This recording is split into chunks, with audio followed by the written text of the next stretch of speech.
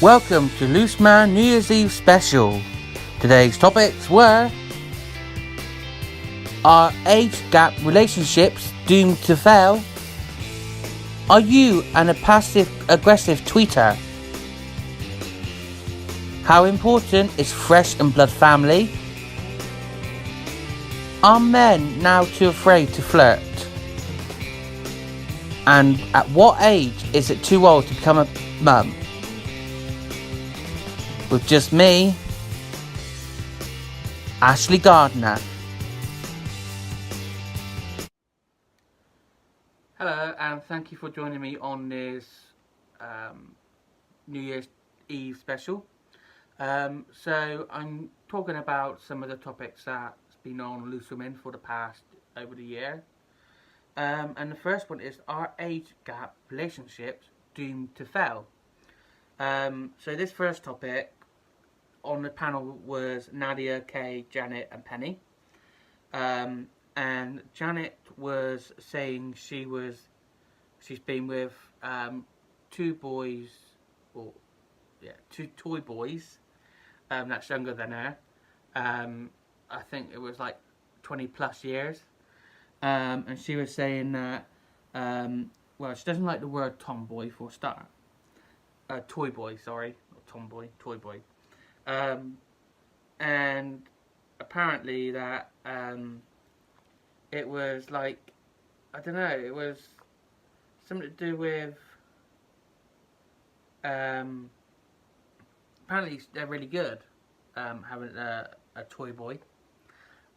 She really, apparently after 5 years she had enough of them and went to someone else. And obviously Penny was saying that Rod gets on with her dad, so there is other benefits. Obviously there is a big age gap between Penny and Rod Stewart, 27 years. And yeah, and she said that she's always gone with for an older man. I think it shouldn't matter what age that person is, as long as you're happy and they're happy, and as long as that you make each other happy, then that's all that matters, really. It shouldn't matter about what age you are, as long as you make each other happy.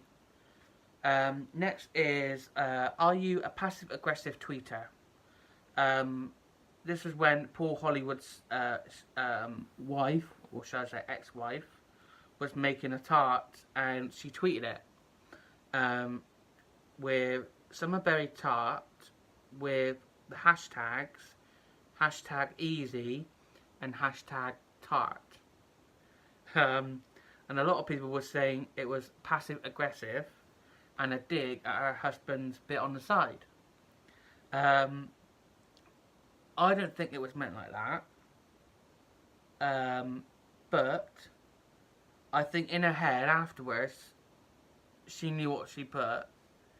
And to be honest, if I was her, I would have done the same. I would, if I see something on Twitter and I don't agree with, then I will just give my opinion and say it. And if they don't accept my opinion and start arguing with me, then I will argue until they block me. And yeah, I think good on her. If it was a dig, then it's a dig. I don't know why people was getting so worked up about it, really. So next one was, are men now afraid to flirt? They were talking about this subject because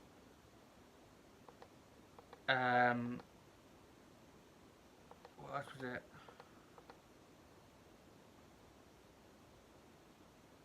They was discussing this on a LooseWomen and LooseMan special.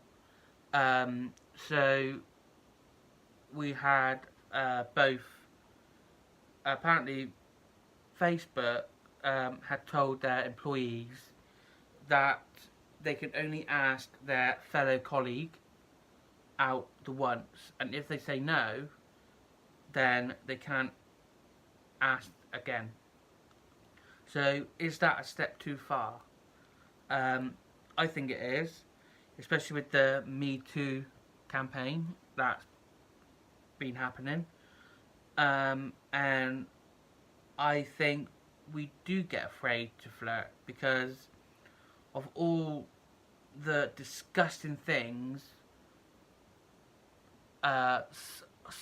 some men do, and women that think it's okay to grab people in different areas, um, and but there is a lot of people out there that think it's okay to do that when it isn't, and not every man is a sex predator, predator, what we call it.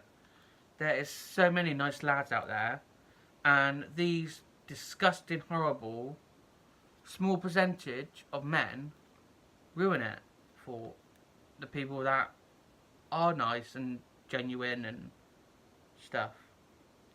Because all you ever hear is horrible stories. You never hear any good stories about people, and it always overshadows them. So the next one is, how important is fresh and blood family? Because I don't know who was on this, but they talked about the subject because a Scottish leader was pregnant with her and her partner's baby after having IVF, and also Tom Daly and his husband had a surrogate, and they both submitted samples, and they won't know who's going to be the father. So is blood and fresh, or fresh and blood important? I don't think it is. I think as long as that child's loved and you have a happy family, then it shouldn't matter where that baby come from, whether you've adopted, fostered, IVF, surrogate.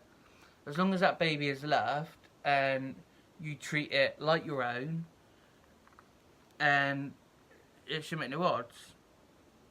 And next, the final topic is, what age is it to be too old to be a parent or to be a mum? Because Bridget Nelson gave birth earlier this year at the age of 54. So what age is too old to become a mum? The ladies on the panel was Ruth Langsford, Denise Van Outen, Nadia Swal and Sarah Khan. Denise at first thought it was too old at first. That's what she said. But then she said if they've discussed it beforehand and they have the family support network and they discussed what would happen if anything did happen to Bridget or her or anyone that's that age, then it shouldn't matter what age. Ruth didn't have Jack till she was 42, and she was, well, I wouldn't say desperate, but she really wanted a baby, and she didn't know what age she would stop at if she'd never had Jack to have a baby. Nadia said that there should be a stop age for being a mum, and for both genders, and I completely agree with her. I think the cut-off point should be 45. And I think any age after that, I think it's disgusting, and I don't think they thought of the child after before giving birth. Because if you have a baby at 54, when they're 10 years old, she'll be 64. That's just mad. And especially going to school and stuff, they're going to get bullied for having an old wrinkly parent. And yeah, the parent, they won't be as healthy as they was, and the child will most likely be doing all the work and stuff. So yeah, I think the cut-off point to becoming a mum and dad is 45, because there are loads of men out there that just keep producing fucking, sorry for swearing, babies non-stop, and it's like, when are you gonna stop? If a woman, if people think a woman should have a cut-off limit for giving birth, then there should be a cut-off for men. They should get the snip after a certain age, I think. So yeah, that is today's New Year's Eve loose special, and I hope you have a good. I hope you've had a good Christmas and a happy New Year. I hope everyone has a great night tonight and has a big hangover tomorrow. And yeah, let me know what your New Year's resolutions are. Mine is to be more confident, and to speak my mind more, because that's something I never do. So yeah, let me know your resolutions.